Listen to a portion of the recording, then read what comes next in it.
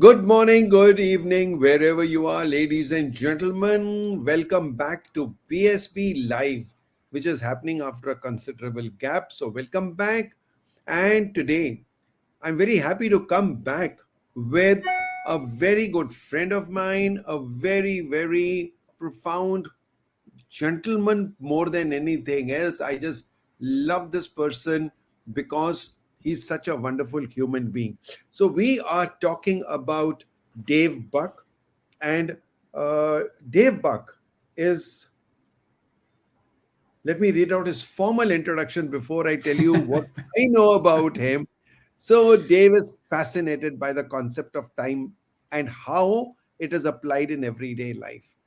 Now, before I go further, let me tell you that is what got us together because we both feel the same way. And the best part is that we are here to prove to people, not prove to people, actually prove to ourselves that there are no competitors, even on the same subject, how you can collaborate more than compete. And that's what we are doing. So we are into a total collaboration where we do the same subject. We have the same type of audience. The only thing is, yes, I am in India and Dave is in the US. Okay. So it is one of the main reasons he started Kairos Management Solutions. Kairos is one of the Greek words for time tied to accomplishing a crucial action or performing in a decisive moment. Through his company, Dave offers a variety of services from individual and corporate time management, leadership management, retirement and lifestyle management, and sales productivity enhancement. The corporate mission of Kairos Management Solutions and Dave is to help people move from finite to infinite. Dave, welcome and let's have a great conversation today. Thank you very much for accepting my invitation and choosing to invest your time with us today. Well, it is a total honor on this end here.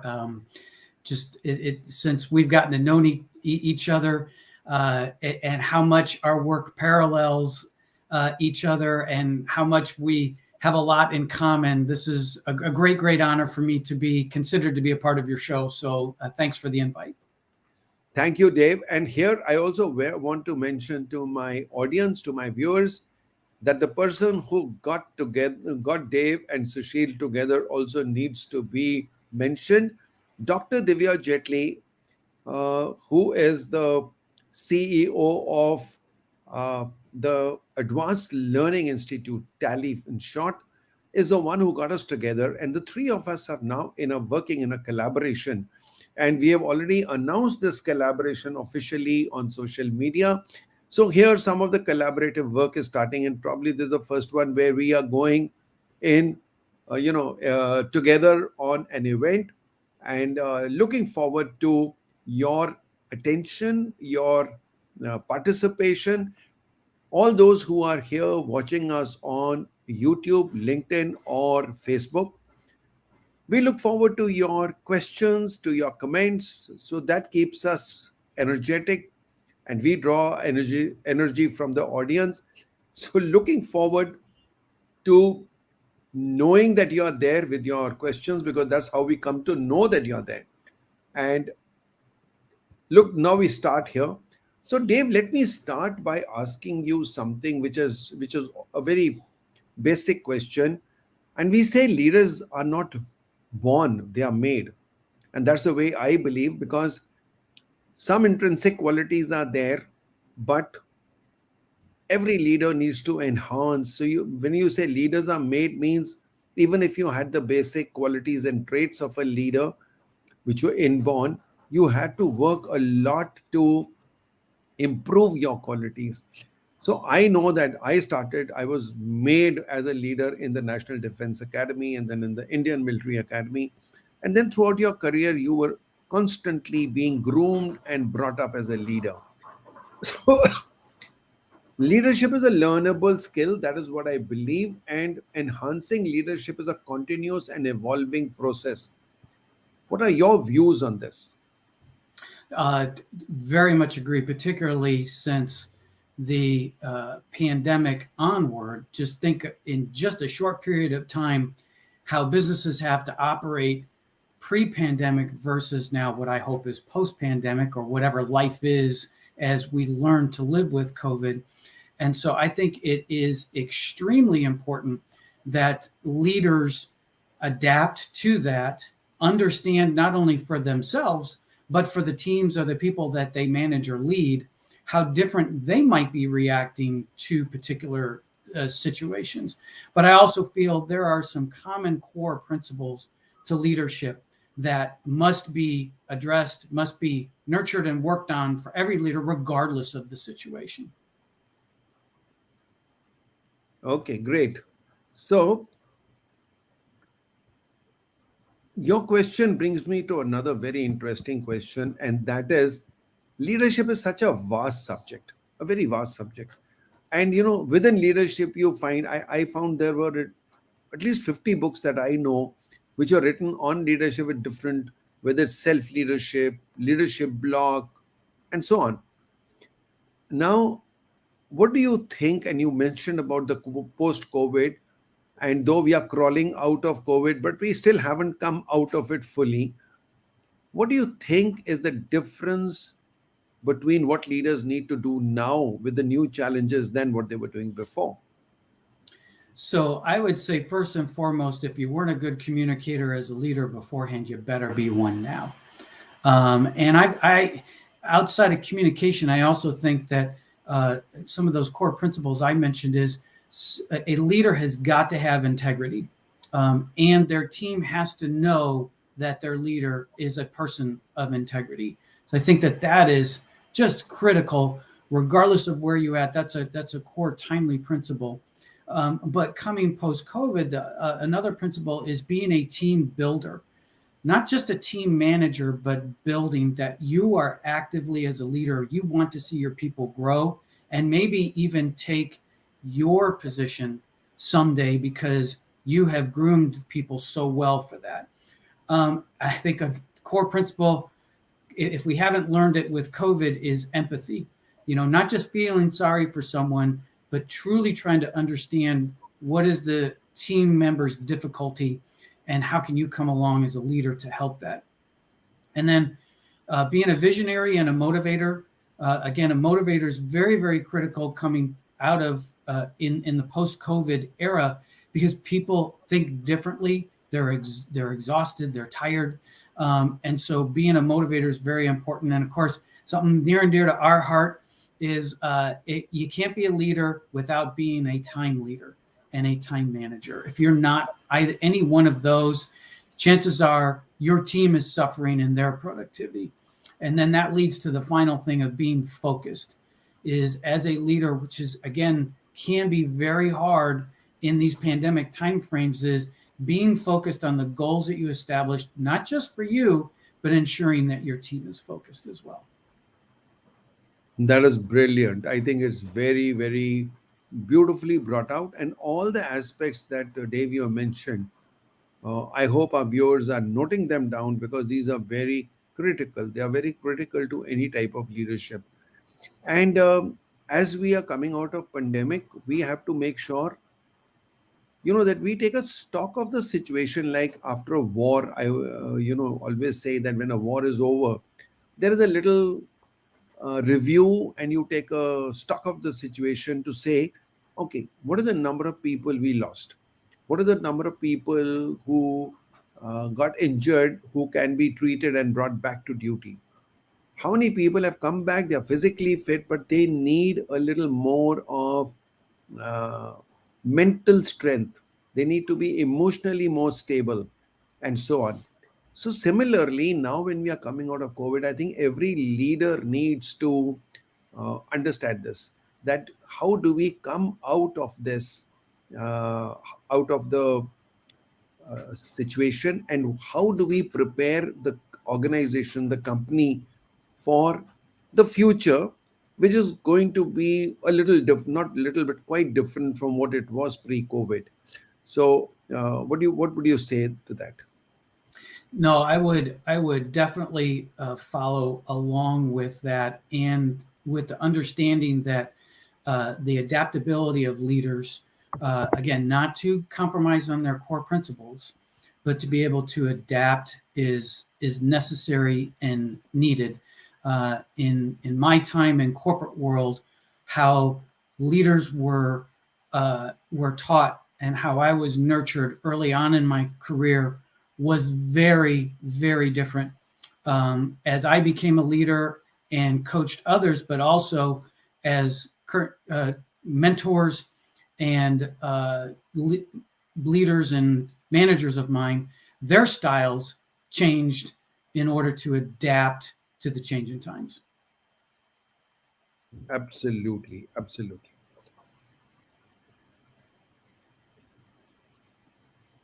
Okay. So if I can ask you a question Yeah, on, please, please go ahead, go ahead. because you're obviously, I love your book $1,000,000 Second, and I know that focuses on more so maybe the time management, but I found that to be a great leadership book because you had so many examples of when you were in the military about how that applied to time management, but those were great leadership skills. So I'm going to put you on the spot and say, is there one like leadership principle from the book? And I'd recommend everybody get the book. I have read the book, so I would recommend everyone who's listening and watching now get the book $1,000,000 Second. It's a great read. It's one of those quote quick reads. You know, if you want to say it's not going to take you a ton of time, but it's full of a wealth of information. So in the military, what were some of the leadership principles that you gleaned and put into the book that you could take out for people? So you see, thank you for that question. And I would say there are many areas of leadership that books mentions which you said very rightly. And I would also say that uh, that leadership and time management are so interlinked, which you know better than anyone else.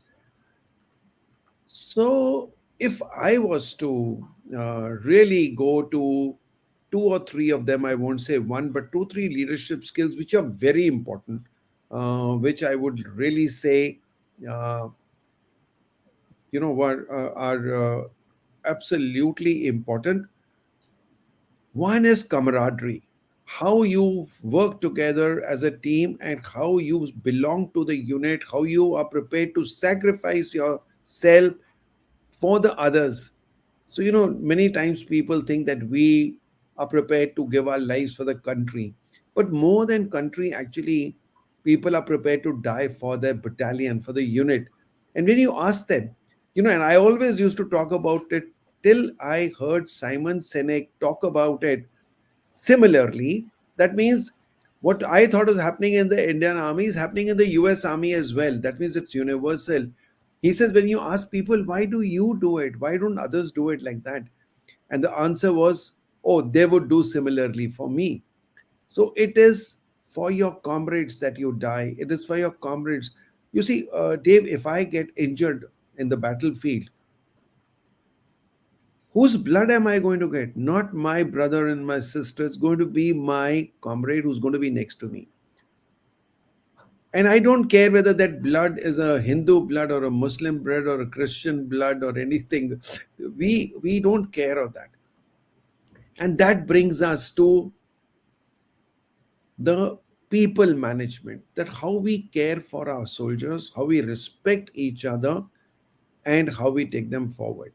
So that one thing that in $1,000,000 Second you will find in many of the examples, and particularly when you talk about leadership, the last chapter, which has about 15 stories, which are not mine, which are people stories, leaders, all different types of leaders have talked about their experiences with time. The one that stands common with many of them was the risk taking and the decision making capability, particularly in the battlefield. I don't have time to uh, evaluate. I don't have the time to go in a meeting and take other people's opinion. I have to take a decision on the spot and then be prepared to cope up with the consequences of the decision.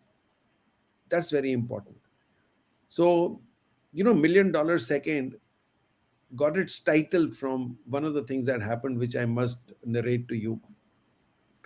There was this captain who was traveling with me, and he had taken part in the Kargil war.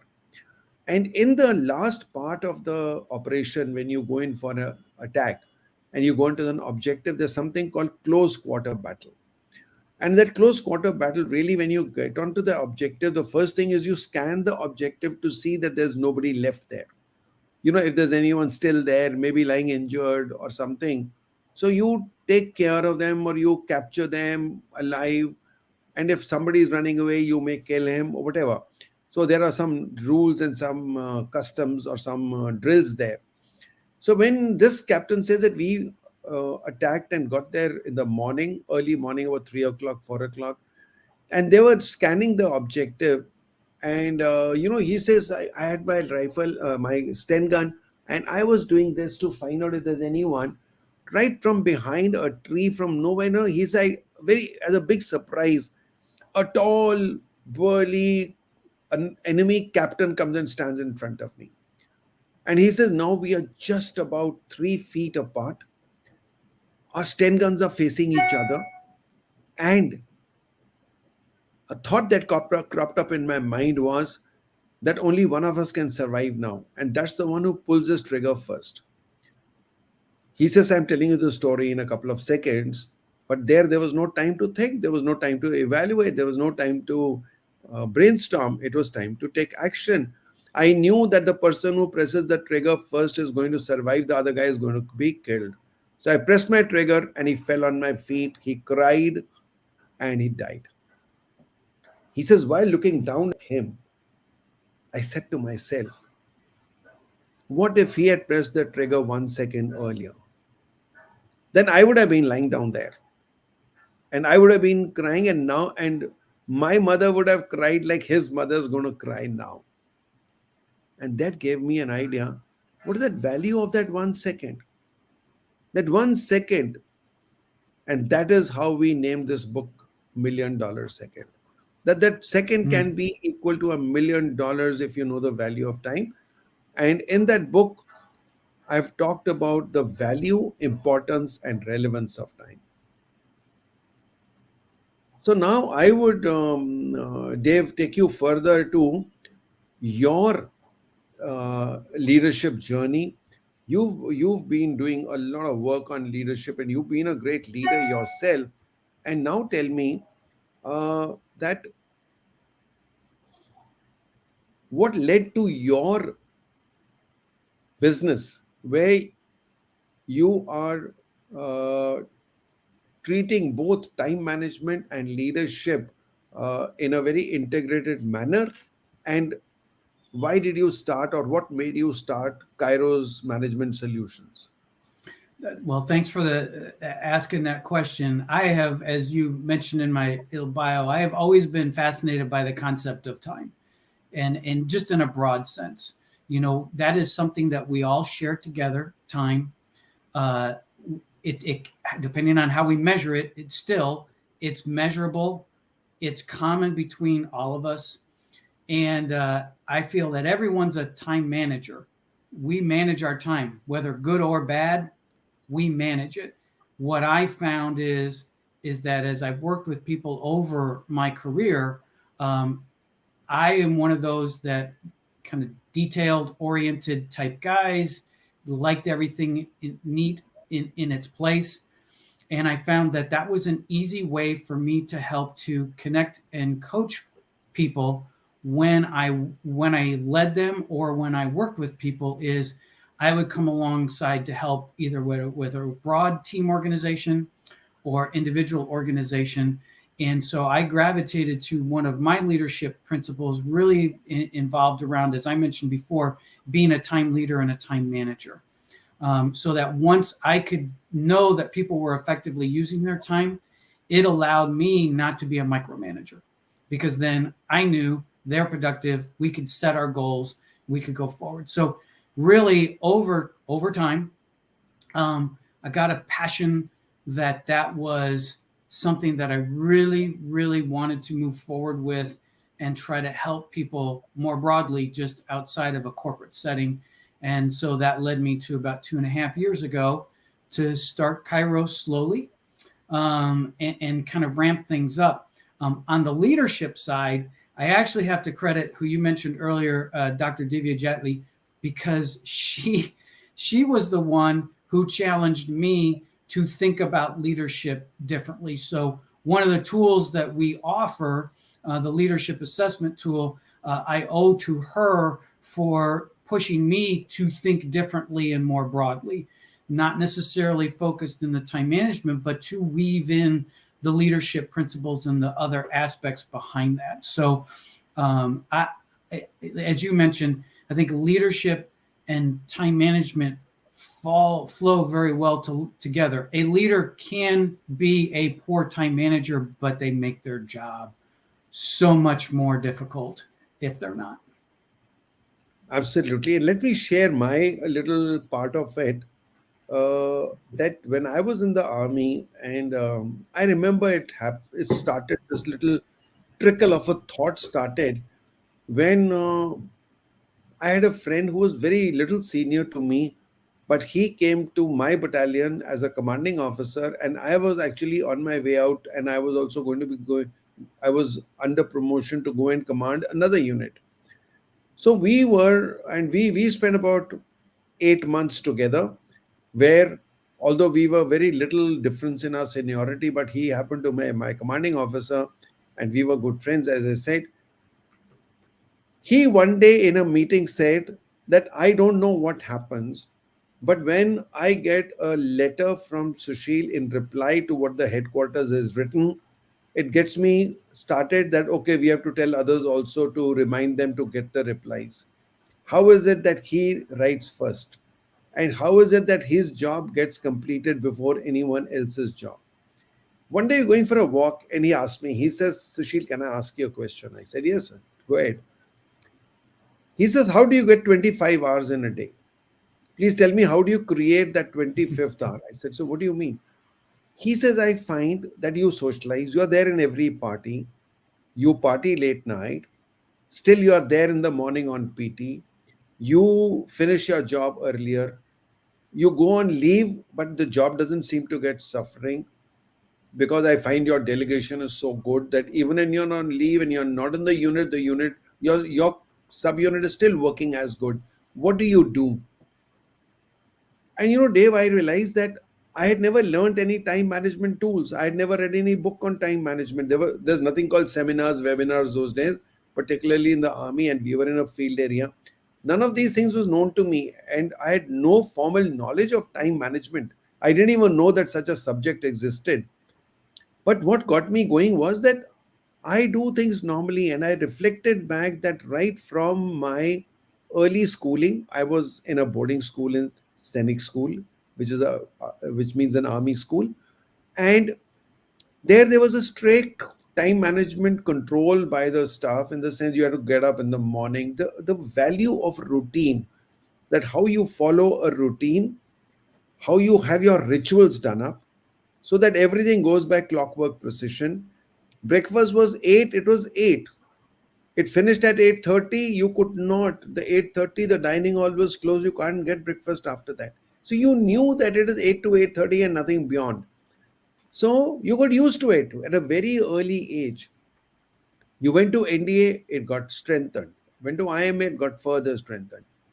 When I landed up in the battalion, I found no, it's not. It's a little different. I don't have to only manage my time; I have to manage the time of my soldiers also. Even that was my responsibility. So it was gradually being built over a period of time.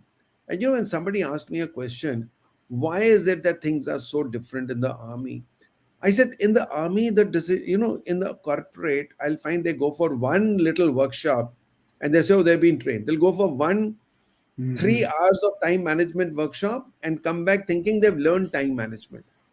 Firstly, we never had a class on time management, but it was taught to us practically over years. And the army does it in a way, that you are learning from experience every day, and it's done over years. So that is why it becomes a very strong thing. So then I went back and started writing down what I was doing differently from my other peers, my friends, that was being appreciated by other people. And that led to my study of time management. And that is, the content of $1 million second is quite a lot of it is taken out of those little notes that I started making in 1994. And they continued with me till I wrote this book. Well, I look at you when you talked about getting 25 hours in 24 hours a day, that is in line with my vision statement that I have for my company of helping move time from finite to infinite. And the reason why is we have a set amount of time. We measure time. There's 24 hours in a day, but we all go through those moments where, particularly if we're doing something that we like, you say, wow, the time flew, an hour's gone already.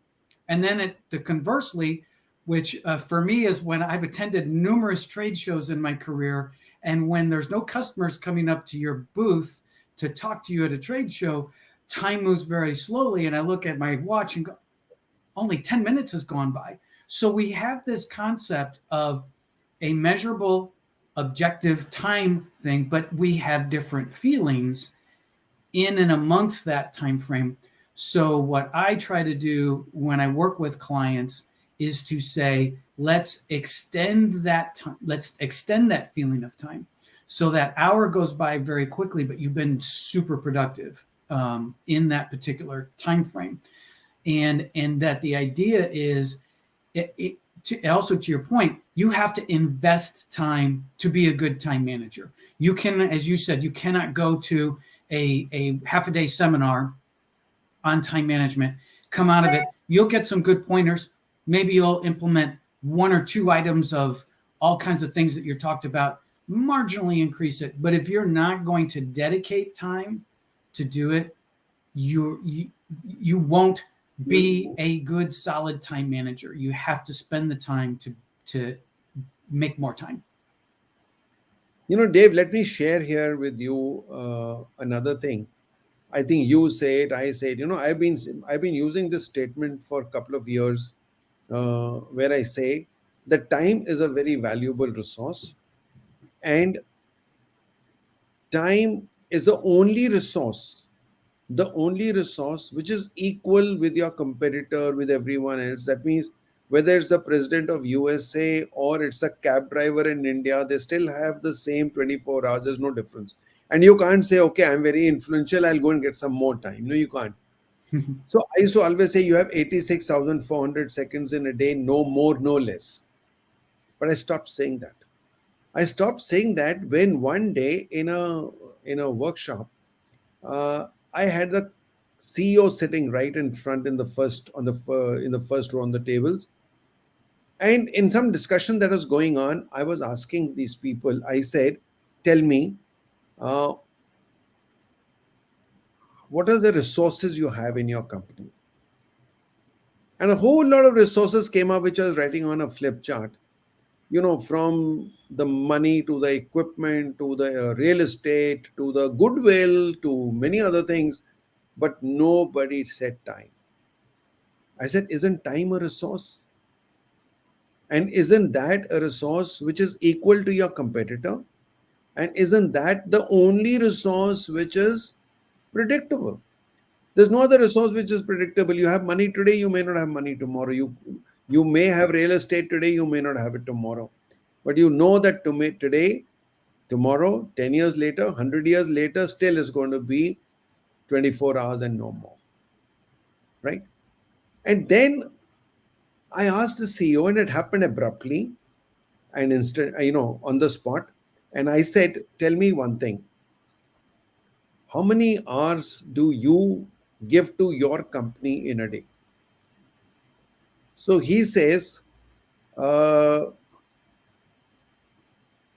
was just reading a question of Raj Datta, but we'll come to that. Datta, we'll come to that. He says, I have felt time compression taking place in emergency situations. Yes, certainly. We will talk about it. Let me just finish what I'm saying. Yeah. So what I was coming to is, Yeah, so I asked him, I said, how much time do you give to your company? He says, well, officially it is 8 hours, but I don't think I'm productive more than 4 hours or 5 hours, he said. So I said, oh, that's very honest of you to say that, and you have a moral courage to say that in front of your juniors. I said, how many people report to you? So he said some rough figure, but let's take it 1,000.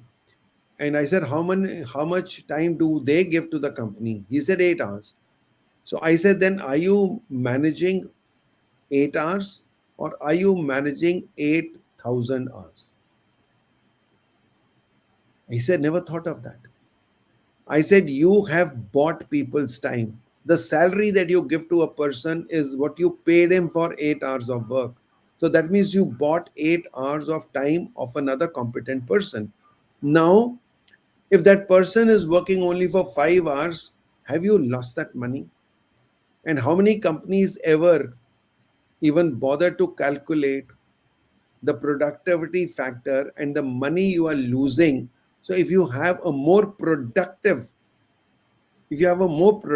person in your company, you are going to be getting much more out of his investment of that salary that you're giving him than otherwise. And in our discussion a few days back, you remember we were talking about that at the time of recruitment, if people were to take an online test and understand what the productivity of a person is and what is his mindset on time, you'll probably make a much better investment in recruiting the right type of a person than what you normally do now. Right. Yep.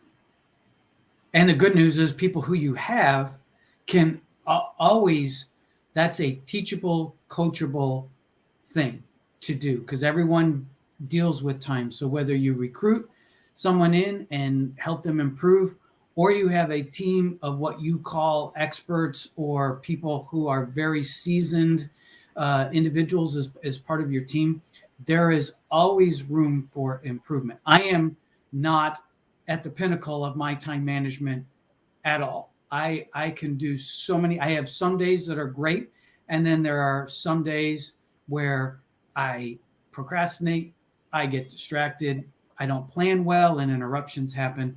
All kinds of things do that. Yes, Raj, that's perfect. Killing procrastination. That is a if you that is a big challenge from our assessment tool that we use, the time management analysis tool. Procrastination is the single most difficult challenge that the average person has in trying to improve their time management. Yeah, and before we go further, let's take Raj's question on the time compression. And before we come to that question, in relation to what you were sharing, Dave, when you said that you were looking for customers in a trade show, what I remember as a most critical example of time going slow is when I had a very, very severe pain in the hospital. And the sister said, I can give you an injection only after 6 hours and not before that. So I would go off to sleep, try to go off to sleep. And then I would open my eyes and look at the clock, and I found only 2 minutes have passed. I said, oh my God, when will 6 hours pass? So now those 6 hours were the longest 6 hours of my life. They just won't, it just won't come. And I said, oh, when will it come? And you're absolutely right. And when you are absolutely enjoying yourself, you say, oh my God, 6 hours gone. I didn't even realize. And that's also a curse of the distractions of the social media today.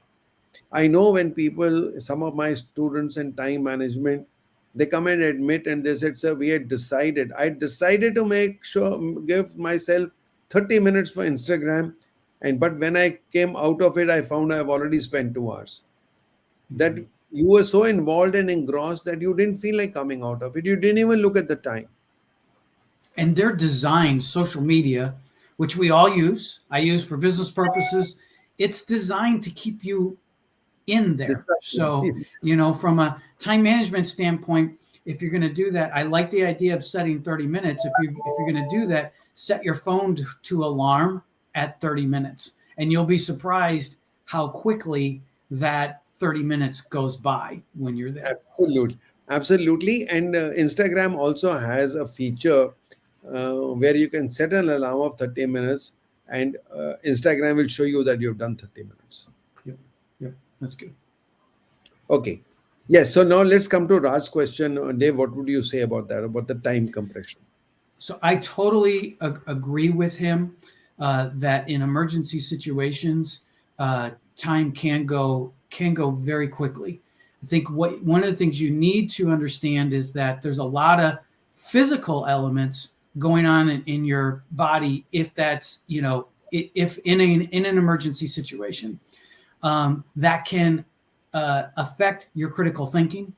And so it's very, very important if you are in an emergency situation, stop. I know this sounds, I've had other people tell me it's worked with me, is taking a deep breath, because pausing for a moment and investing that time to collect your thoughts, collect your approach in an emergency situation. If you got to develop a quick strategy, you have to do something to lay out a plan, invest that time up front so that as you move forward to address that challenge or that emergency situation, you have set your psychology and physiology, both your body and your mind, in the best possible place to move through that with a positive outcome.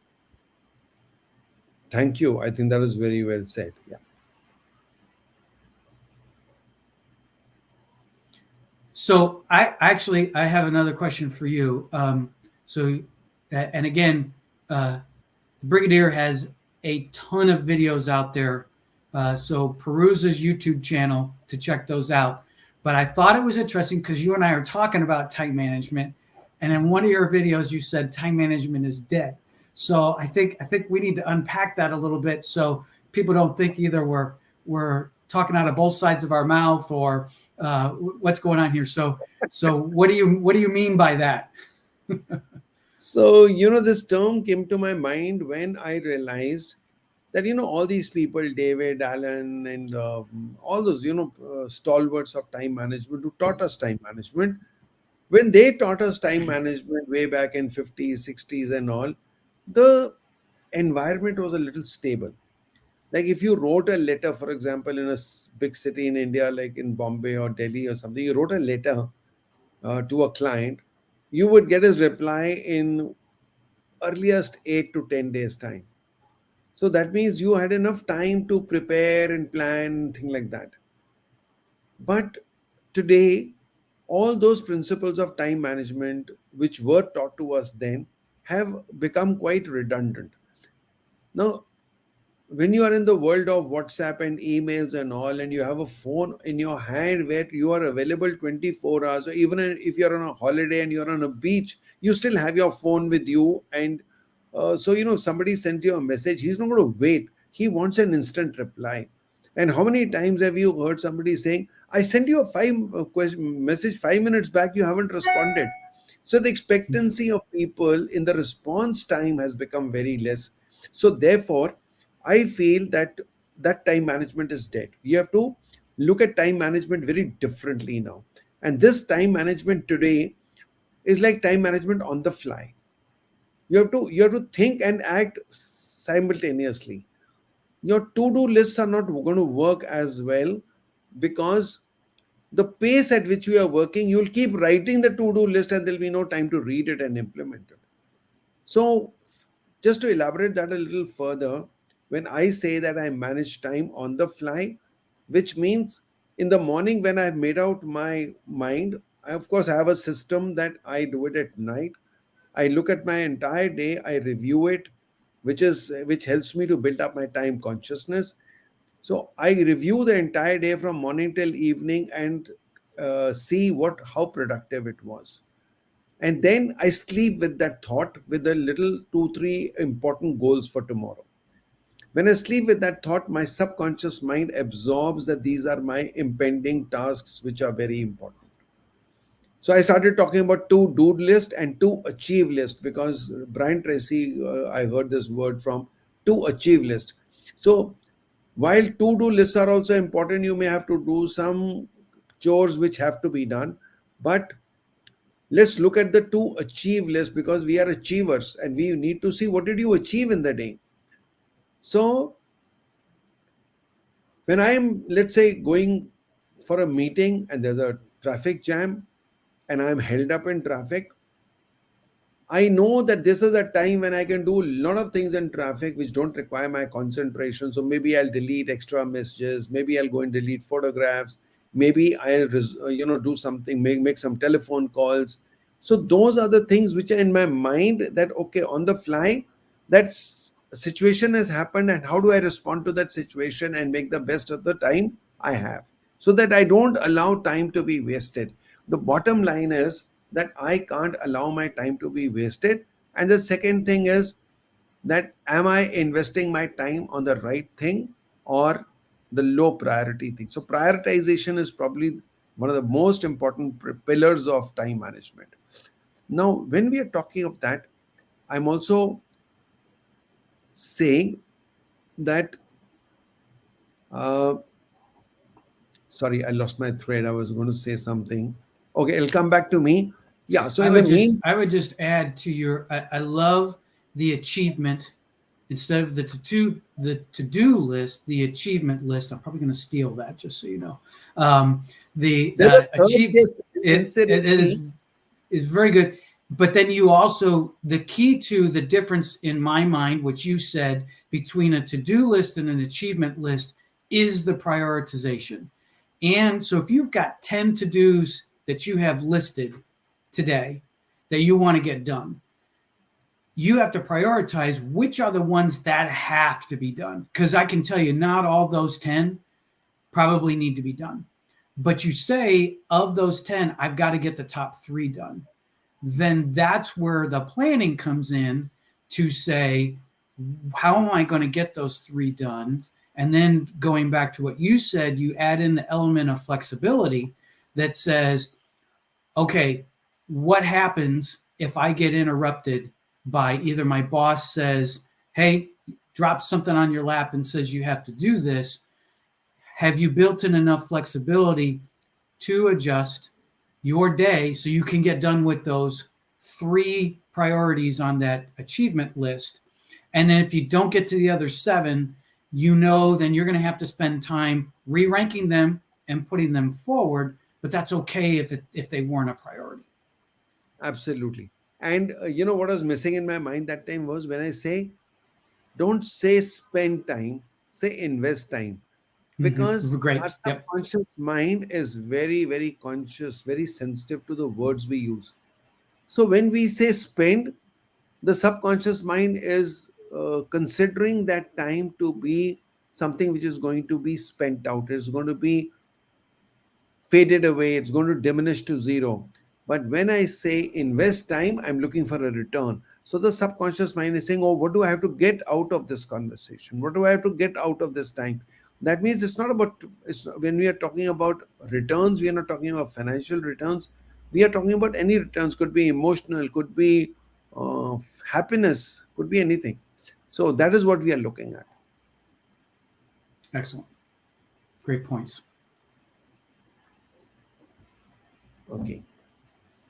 Yes, so let's go ahead with some more questions that I was planning to ask you. Uh, Now I see that you focus your time management efforts in 2 major categories. You say general time management and for personal and business, but also retirement time management and lifestyle management. So what is the difference between these? Oh, that's a good question. So I'll go on a limb, and anybody looking at me right now probably assumes that I didn't graduate college yesterday. So and you would be right with your assumption. I have spent more time in my career than what's left in my career, if you want to say that. I don't know what I'm always probably going to do some type of work because I love what I'm doing. But there is, in all of our lives, comes a point when we hit a certain stage in our life where career is maybe not as important as it is today, and that the focus becomes more on the personal versus the professional. And at that time, there are some very, very important decisions you can make. So culturally, here in the US, people typically work until their mid to late 60s. And then they hit a period of what's called retirement. And retirement, or a major lifestyle change, is basically people have saved up their money and they exit the workforce. And the challenge there is so many people exit the workforce without a time management plan. So they go from working, and in many cases, when you hit your 50s in the United States and the 60s, you're at the pinnacle of your career. You're usually holding, particularly if you're in any type of business or leadership position, you have a lot of responsibility. Your life is tied up a lot in professional. And in some cases, that can change in one day, in a sunrise. You stand up one morning in a sunrise and you don't have to go to work anymore, but they haven't planned. So part of the second element that I do is to people in their 40s and 50s need to start thinking about what their life is going to be like from 60 on, because our lifespan continues to grow in the world. Everyone's living longer. Now, if you want to work until you pass, wonderful. But you need to think about what that means. And if you want to say, I want to put in my time and at 67, I'm retiring, that's it, and I'm going to live a life of leisure, plan it. You got to figure out what that life is going to be like. And I coach people in a variety of ways. Is what's their current career mindset? How do you feel? How important is your career? And if it was taken away from you today, what would you do and how would you feel? The other aspect is then the flip side is the retirement mindset. What do you feel once you stop working? Are you embracing that? Are you apprehensive about that? You got to figure that piece out. Then you have to check your financial mindset, because even though your bank account says you might be able to retire or not have as much income, do you feel comfortable with that? And do you believe it? And then the other aspects are, what are you going to spend? What are your activities going to be like? What are the things you're going to do to fill your time up? And that in itself can be a very painstaking exercise. And it may make you think twice about when and how you want to retire or change your lifestyle. Very good.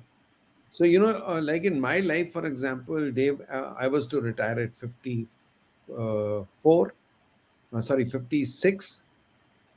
And I could have gone to 58 if I got another promotion. But I took a conscious decision of leaving at 52. So I left prematurely because I had a passion for training. I had a passion for children. So I came out of the army prematurely. So that means what we call as PMR, premature retirement. So I took a premature retirement. But the day I retired, which was 1st of October 2004, I never, went into that vacuum like what you're talking about. And I've seen many of my friends, they didn't know what the next day what to do, because there was no work. And particularly their wives are upset because they said you're a pain being at home. It was good if you're in the office. You get a lot of that, yes. Okay. So they're interfering and they're in the kitchen all the time and not letting the lady do what she wants to do and all that. But for me, it never happened, not even a day. The day I came back, because we wanted to start a new business, there were plans. And I'm, of course, wanting to pursue something which is going to be like teaching till the end of my life. I want to be teaching on the last day of my life also. And so according to you, I should have retired long time back and I should have been into that retired mode. But I always say I'm retired but not tired as yet. So and to let everybody in on a little secret, don't tell anybody. This Kairos Management Solutions is part of my retirement plan. Is that this gives me a purpose. To your point, the whole idea, even now, whether you're working or not, how much you're working, if you don't wake up and have what I call a purpose statement, like what is your purpose for being, get one, because it's so important, whether that purpose is for me to go to work to provide for my family, or whether that purpose is to nurture my life to nurture and improve my life with my family, and as a result I have to work. Whatever that balance is, having a purpose. So, Brigadier, in your time frame, you quote retired early, but that was a phase of your life to which you've now embraced a very rich phase of your life, helping people, helping us with what you've learned with your leadership and time management. Thank you. And um, yes, so again, I think I was going to say something and I forget. I know what's happened. Okay, maybe so today I'm already 71. I'm going to be 72 another 2 3 months. And I don't feel that I've aged. I'm very happy. I get joy out of working and doing what I'm doing. And my TEDx talk, the latest TEDx talk, I've done two of them. The second one is on purpose of life, exactly talking about what you're saying. When I said that, when really speaking, I found the purpose of my life at the age of 52. And that's the time I decided that can I help children or can I help young people to uh, get their purpose of life earlier, that they don't have to wait till 52 to find the purpose of their life. So, yes, Raj is talking about delegation, and I always say that that is the way you create time. If I can't do something on my own, I delegate, I outsource. So that means I have 24 hours. I buy time, somebody's time for another 8 hours. So that means I am now managing 36 hours a day. And Then I my caveat to that is, as you delegate those duties, you as a leader need to understand the impact that delegation has to the person you are asking to do that information with. Because I have found particularly that some leaders, they delegate very, very well, and their time is done well, but they have created stress and angst on the team because they haven't asked those questions. And so I would also say, if you're the person receiving the delegation, your time management is to ask questions back. Do you know I have 3 other things to do? You're adding this to me. What does that mean? And this is what my priorities is, what you're asking me to do, take precedence over these. So as you receive delegation from a leader, I would encourage you to respectfully, if you feel it's going to create a challenge for you, identify and talk to them about it. It still may mean you need to do their thing first, but if they understand your dynamic, they might help you reprioritize the other things. so well said, and I think it's profound. Absolutely great. Okay. So now we are quite coming to the close of the program. We already spent some time, but yes, we started a little See, late. this time flew by for me. So Yeah, it same must here, be time, same here. well invested. I hope everyone who's watching too is saying the time flew by as well. Absolutely. I want to really talk about something which has really interested me in your work, and you know that I'm wanting to get a lot out of that through our collaboration, and that is these online tools. So I want you to educate us a little bit about what are these online tools that you keep talking about. And because I've experienced them, I've gone through them, and I find that they are so effective, because it's not, you see, a lot of people are going today, Dave, with the feeling that to learn time management, I need to learn tools. So if I go and pick up a book and find 5 things that I should do, my time management will become okay. Actually, it's more about the person who you want to become to save time. It's more important about the changing of your mindset towards time, to become time conscious. That means I understand the value, importance, and relevance of time without going and calculating it. I know that every hour costs me. What I learned from Brian Tracy, another term was hourly worth. What is my hourly worth? So if I calculate and find that my hourly worth is about 1,000 rupees a month, sorry, 1,000 rupees an hour, then if I go and I hang out with a friend for 1 hour, I should know that I have invested 1,000 rupees of my time into that activity, and was it worth it or not? Right? No, So, how do these tools help us to get closer to understanding or getting to that mindset, getting to understand? And how do I rectify? How do I identify what is wrong with me? Like one of our people, Raj, said something about procrastination. And I remember when I did my online assessment with you on time management, the area that came out very clearly was procrastination was the main thing to be tackled. So, guys, throw some light on this, please. no, thank you.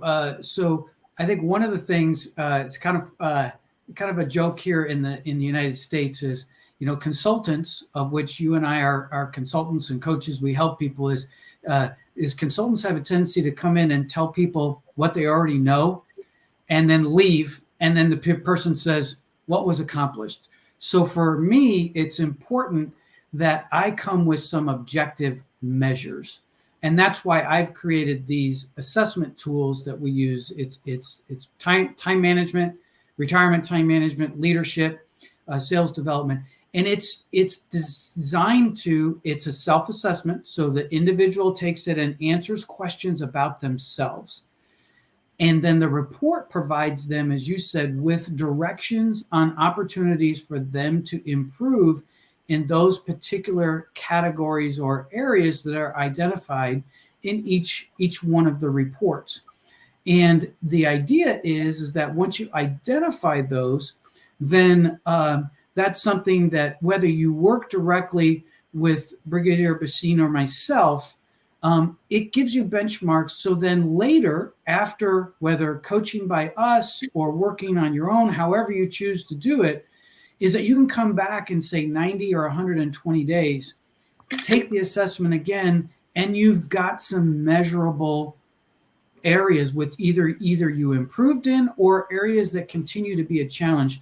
So those assessments to me are the beginning stages to provide both me and the client or the individual themselves some objective areas to work and gain improvement on, instead of, like you said, reading a book and saying, well, maybe I'll try this, maybe I'll do this. There's wonderful, you mentioned David Allen. I'm a big fan of David Allen's. He kind of was the one that kind of nurtured me on his Getting Things Done book. But the idea here is that covers a broad areas of topics, and maybe you don't know where to start. The tools are there to design to help you see where you need to start. Absolutely. So what I really like about these online tools is that, as you said, they are measurable. That is one. It also helps you measure the progress, which is a very, very important thing. There's no other way that in things which are so subjective, things which are so, they look like so intangible, that can you get those specific results.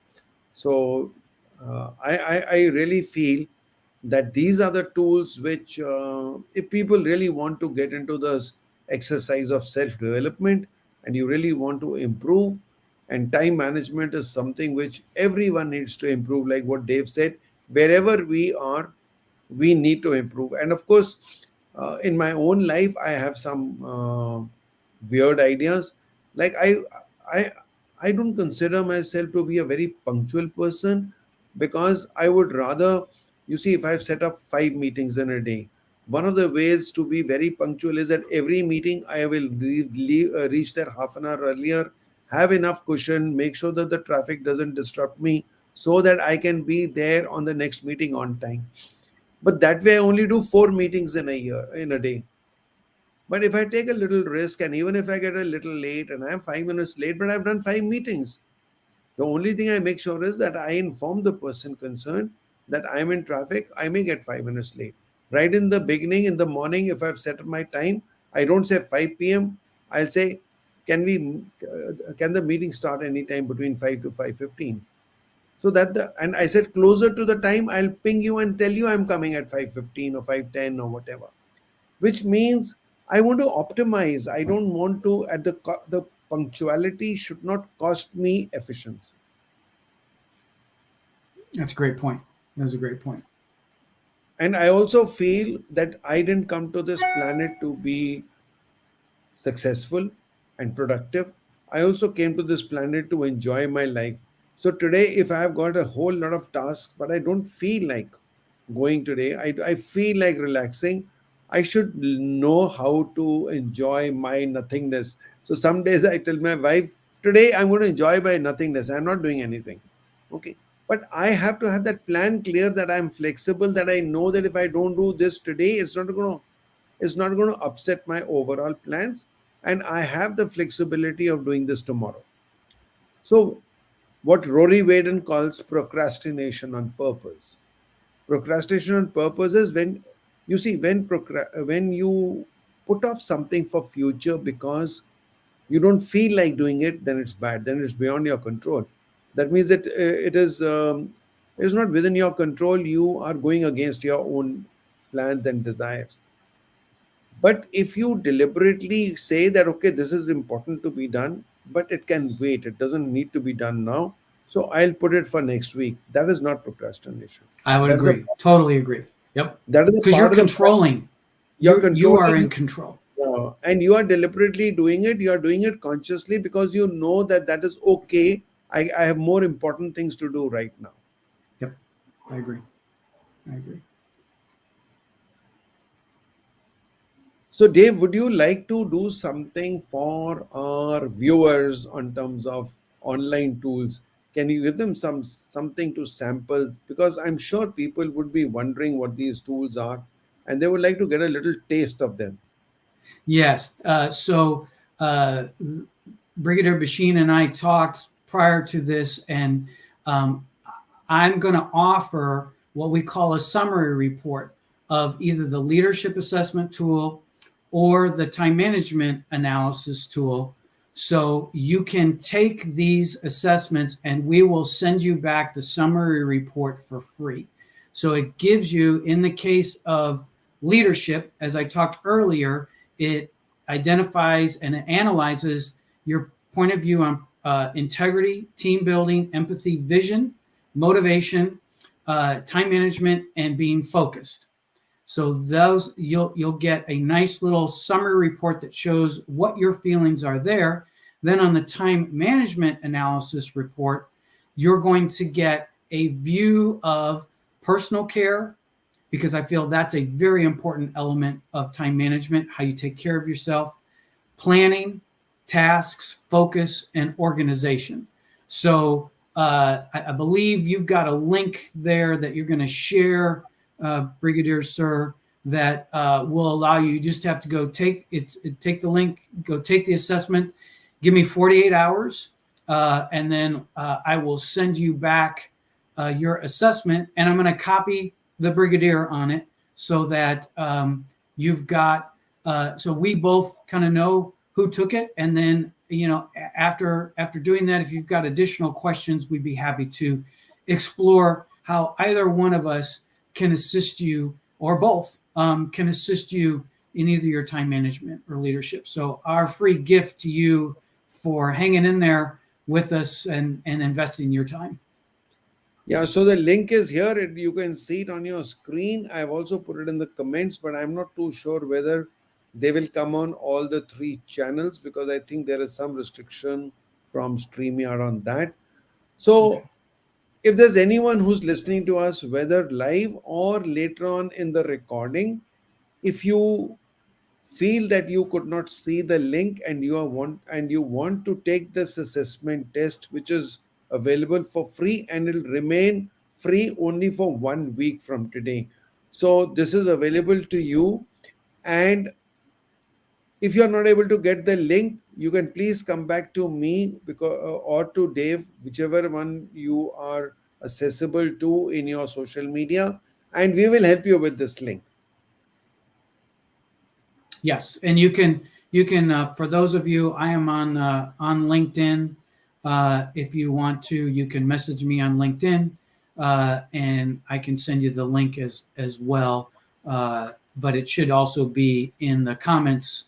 I see, Brigadier Sir, you put that out there. So, but again, our free gift to you, to help you get started. I love your idea of time consciousness. So I would say this is an opportunity for you, for everyone to be, uh, to dive into being what it means to be time conscious.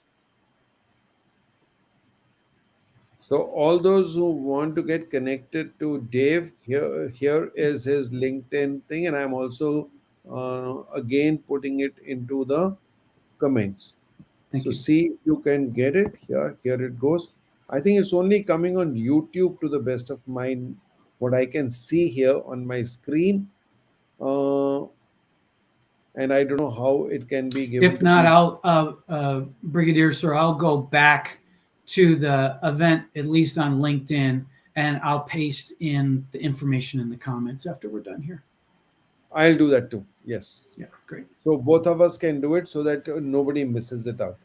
Okay, so thank you very much, Dave, for a very interesting conversation. And as you rightly said, the time just flew.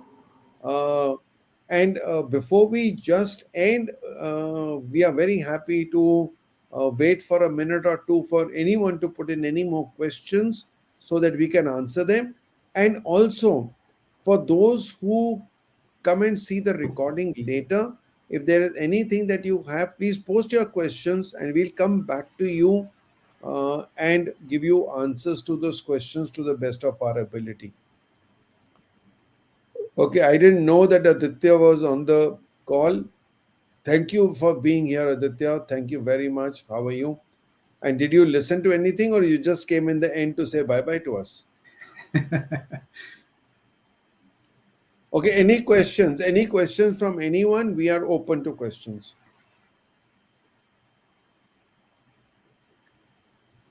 And also, while we are closing, do tell us how did you like the session today, and particularly, like we like to be make it more measurable and objective on a scale of 1 to 10. 1 if it was a boring session, 10 if you found a lot of value. Please give us in your comment section uh, how do you how do you rate your time investment? What is the return you got on today's time There you investment? go.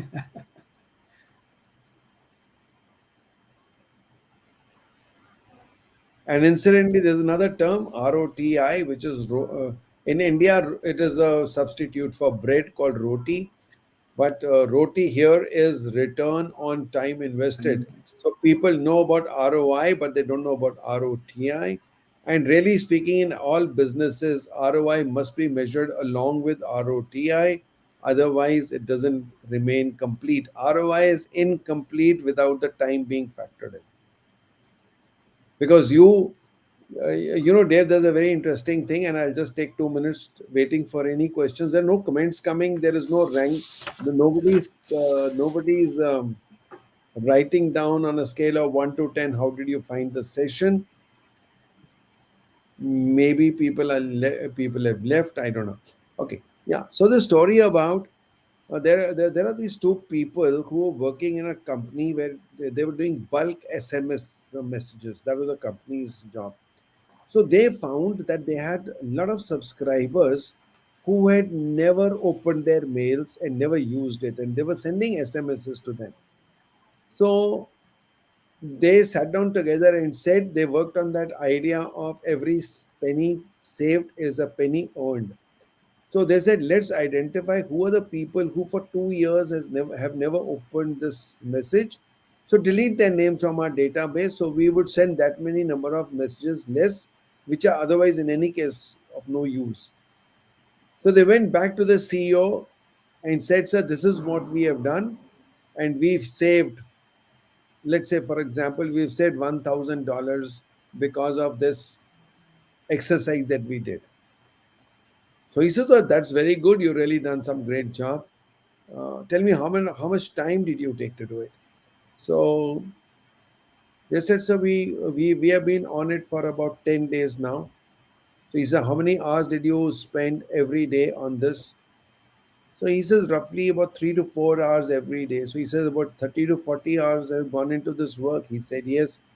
So I quickly calculated according to the two people's salary and said that you saved 1,000 rupees, but this exercise for me has cost 8,000 dollars because of or whatever number, because that is the time that you have invested, and according to the salary I pay you, you would have rather done something better.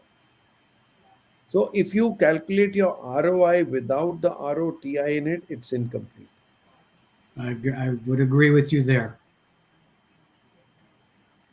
Okay, Dave. So thank you very much. And it's been really kind of you to come, and thank you very much for this lovely interaction. Liked it and enjoyed it. Thank you.